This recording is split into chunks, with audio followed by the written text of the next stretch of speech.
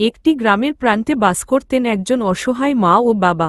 বয়সের ভারে নুয়ে পড়া এই দম্পতির নাম ছিল রহিম ও হালিমা।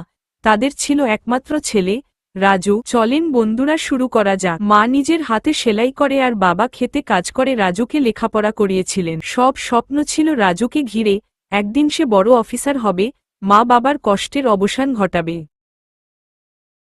একদিন সে শহরে চলে যায়। রাজু শহরে গিয়ে চাকরি পেল। ধীরে ধীরে পরিবারের সঙ্গে যোগাযোগ কমে গেল। একসময় সে বিয়ে করে নতুন জীবনে মত্ত হয়ে পড়ে। মা বাবার খোঁজ নেওয়া বন্ধ হয়ে যায়। গ্রামে হালিমা অল্প চাল রেঁধে রহিমকে খাওয়ান, নিজের খিদে চাপা দিয়ে। বাবা দিনের পর দিন মাঠে বসে থাকেন ছেলের আশায়, হয়তো একদিন ফিরে আসবে। এক রাতে ঝড় বৃষ্টিতে কুঁড়েঘর ভেঙে পড়ে। প্রতিবেশীরা এসে দেখে দুই বৃদ্ধা কাদামাটির মাঝে বসে আছে, চোখে পানি। রাজু তখন দূরে শহরে ব্যস্ত। এই অসহায় মা বাবার গল্প হাজারো পরিবারের প্রতিচ্ছবি, যারা ভালোবাসা দিয়ে সন্তান গড়ে তোলে আর বিনিময়ে পায় বিস্মৃতির যন্ত্রণা। ধন্যবাদ সবাইকে।